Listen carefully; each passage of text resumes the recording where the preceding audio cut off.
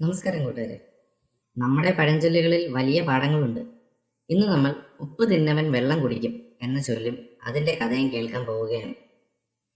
പണ്ട് അപ്പുക്കുട്ടൻ എന്നൊരു കച്ചവടക്കാരനുണ്ടായിരുന്നു. സംസാരിക്കാൻ മിടുക്കനാണിവൻ.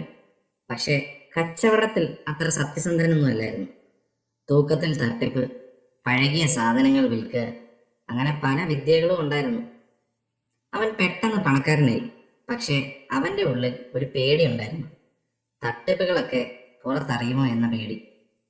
അങ്ങനെയിരിക്കെ ഗ്രാമത്തിലേക്ക് സത്യസന്ധനായ ഒരു പുതിയ കച്ചവടക്കാരൻ വന്നു. പതിയെ ആളുകൾക്ക് അപ്പുക്കുട്ടൻ്റെ തട്ടിപ്പുകളെല്ലാം മനസ്സിലായി. പരാതികളൊക്കെ കൂടി. അധികാരികൾ വിവരമറിഞ്ഞു അപ്പുക്കുട്ടൻ്റെ കടയിൽ പരിശോധന നടത്തി. അവൻ്റെ എല്ലാ കള്ളത്തരങ്ങളും പിടിക്കപ്പെട്ടു. അവൻ സമ്പാദിച്ചതൊക്കെ ഒറ്റയടിക്ക് പോയി. ആളുകളുടെ വിശ്വാസം എല്ലാം നഷ്ടപ്പെട്ട് അവൻ ഒറ്റപ്പെട്ടു.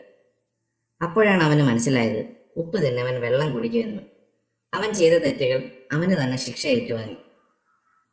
കൂട്ടുകാരെ, നമ്മൾ എന്ത് ചെയ്താലും അതിൻ്റെ ഫലം നമ്മൾ തന്നെ അനുഭവിക്കും. സത്യസന്ധമായി ജീവിച്ചാൽ മാത്രമേ സന്തോഷത്തോടെ ഇരിക്കാൻ പറ്റൂ. ഈ കഥ ഇഷ്ടമായെങ്കിൽ നിങ്ങൾ ലൈക്ക് ചെയ്യൂ, സബ്സ്ക്രൈബ് ചെയ്യൂ, കമൻറ്റ് ചെയ്യൂ. അടുത്ത തവണ മറ്റൊരു പഴഞ്ചൊല്ലുമായി നമുക്ക് വീണ്ടും കാണാം. നന്ദി.